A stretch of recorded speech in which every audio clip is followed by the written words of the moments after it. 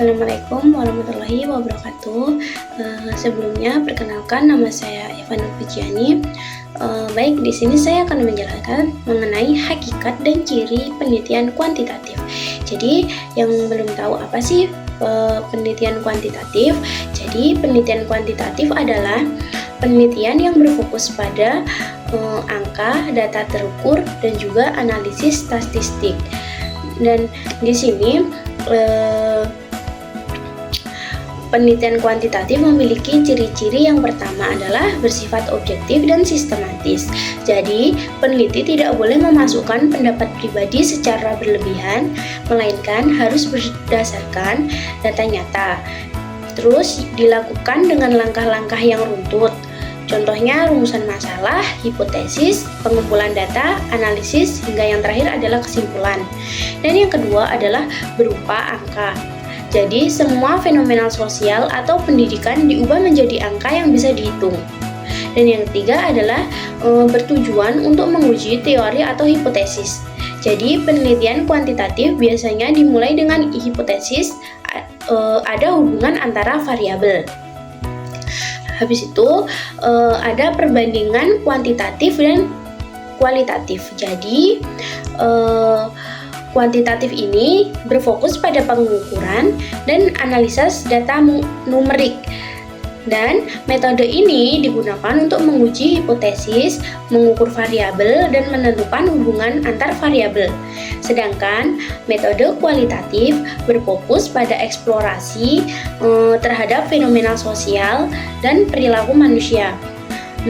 Metode ini sering digunakan untuk memahami perspektif individu atau kelompok serta konteks di balik tindakan atau keputusan mereka.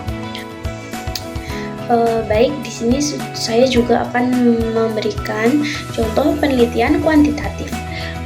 Jadi yang pertama itu ada hubungan antara tingkat kecemasan mahasiswa dan penyesuaian sosial di lingkungan kampus. Dan yang kedua adalah kolerasi antara dukungan sosial teman sebaya dan tingkat stres pada mahasiswa perguruan tinggi.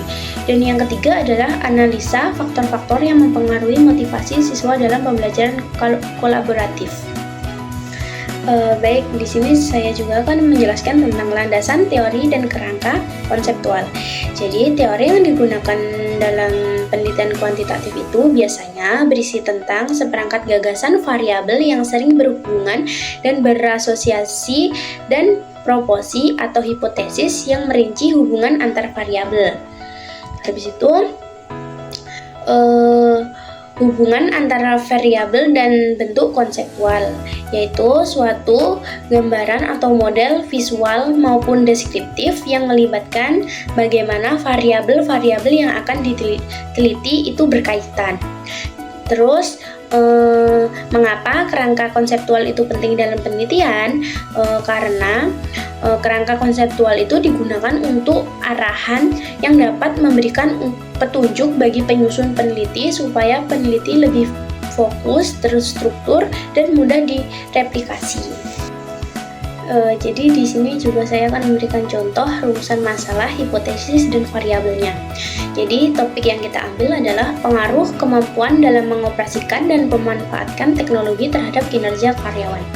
Nah, rumusan masalahnya itu pengaruh penggunaan teknologi informasi wireless terhadap kinerja karyawan PT Asuransi Jiwasraya Pontianak. Dan yang kedua, pengaruh kegunaan teknologi informasi wireline terhadap kinerja karyawan PT Asuransi Jiwasraya Pontianak. Terus yang ketiga itu ada seberapa besar pengaruh secara simultan antara teknologi informasi wireless dan wireline terhadap kinerja karyawan di PT Asuransi Jiwasraya Pontianak. Nah, hipotesis yang digunakan dalam penelitian ini yaitu teknologi informasi wireless dan teknologi informasi wireline secara simultan berpengaruh secara signifikan terhadap kinerja karyawan. Dan yang kedua, teknologi informasi wireless dan teknologi informasi wireline secara parsial berpengaruh secara signifikan terhadap kinerja karyawan.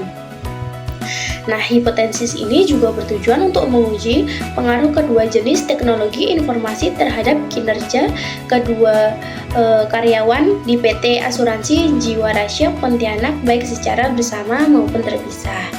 Nah, variabel yang digunakan itu ada dua. Yang pertama ada variabel independen, yaitu teknologi informasi wireless itu X1 yang merupakan salah satu jenis teknologi informasi yang tidak menggunakan kabel atau komunikasi data. Dan yang kedua, teknologi informasi wireline yaitu yang sebagai X2 yaitu merupakan jenis teknologi informasi yang menggunakan kabel untuk komunikasi data. Dan yang kedua adalah variabel dependent yaitu kinerja karyawan sebagai Y.